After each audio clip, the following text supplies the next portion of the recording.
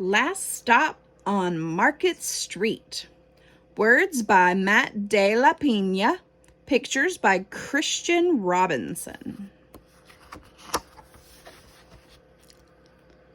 Last Stop on Market Street.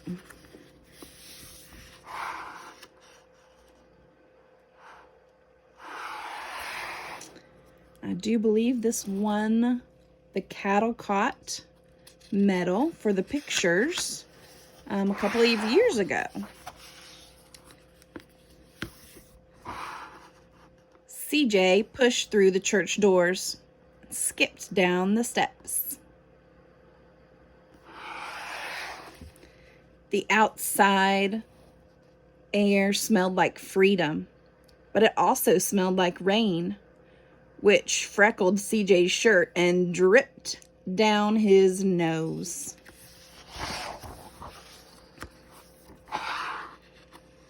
He ducked under his Nana's umbrella, saying, "How come we gotta wait for the bus and all this wet?" "Trees get thirsty too," his Nana told him. "Don't you see that big one drinking through the straw?" CJ looked for a long time, but never saw a straw.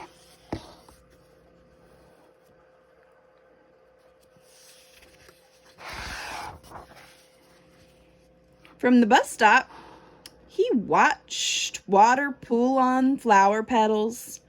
He watched rain patter against the windshield of a nearby car. His friend Colby climbed in, gave CJ a wave, and drove off with his dad. "Nana, how come we don't got a car?"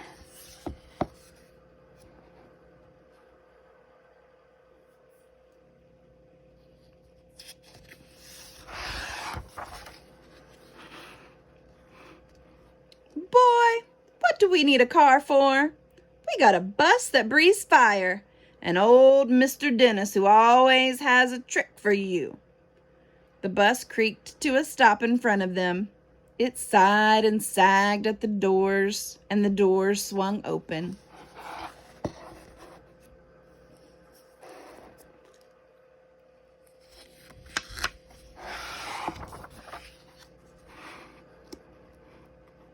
"What's that I see?" Mr. Dennis asked. He pulled a coin from behind CJ's ear, placed it in his palm. Nana laughed her deep laugh and pushed CJ along. They sat right up front. The man across the way was tuning a guitar. An old woman with curlers had butterflies in a jar. Nana gave everyone a great big smile and a good afternoon. She made sure CJ did the same.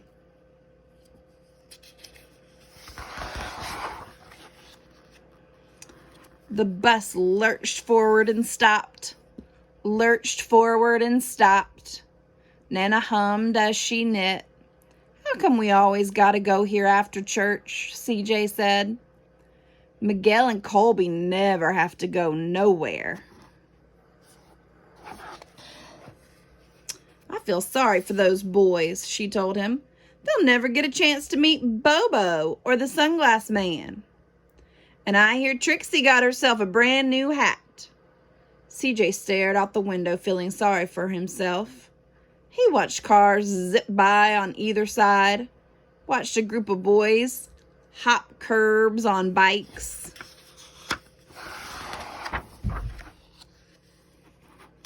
A man climbed aboard with a spotted dog. CJ gave up his seat. "How come that man can't see?" "Boy, what do you know about seeing?" Nana told him. "Some people watch the world with their ears." "That's a fact. Their noses, too," the man said, sniffing at the air. "That's a mighty fine perfume you're wearing today, ma'am." Nana squeezed the man's hand and laughed her deep laugh. Two older boys got on next. CJ watched as they moved on by and stood and back. "Sure wish I had one of those," he said. Nana set down her knitting. What for? You got the real live thing sitting across from you. Why don't you ask the man if he'll play us a song? CJ didn't have to. The guitar player was already plucking strings and beginning to sing.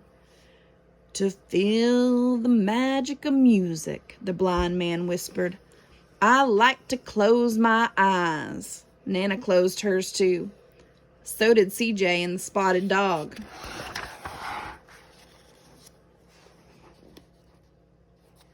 And in the darkness, the rhythm lifted CJ out of the bus, out of the busy city. He saw sunset colors swirling over crashing waves, saw a family of hawks slicing through the sky, saw the old woman's butterflies dancing free in the light of the moon. CJ's chest grew full and he was lost in the sound, and the sound gave him the feeling of magic. The song ended and CJ opened his eyes. Everyone on the bus clapped, even the boys in the back. Nana glanced at the coin in CJ's palm. CJ dropped it in the man's hat. Last stop on Market Street, Mr. Dennis called.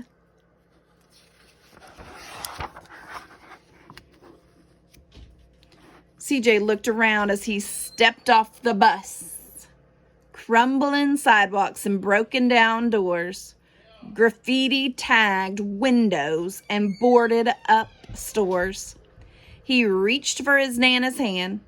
How come it's always so dirty over here? She smiled and pointed to the sky. Sometimes when you're surrounded by dirt, CJ, you're a better witness for what's beautiful. CJ saw the perfect rainbow arcing over their soup kitchen. He wondered how his Nana always found beautiful where he never even thought to look. He looked all around them again, at the bus rounding the corner out of sight, and the broken street lamp still lit up bright, and the stray cat shadows moving across the wall. When he spotted their familiar faces in the window, he said, I'm glad we came.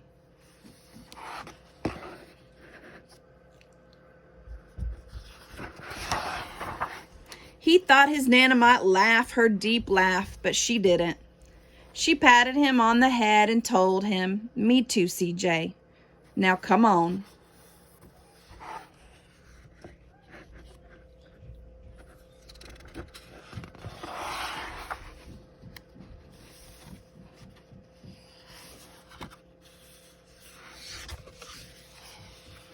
Last stop on Market Street.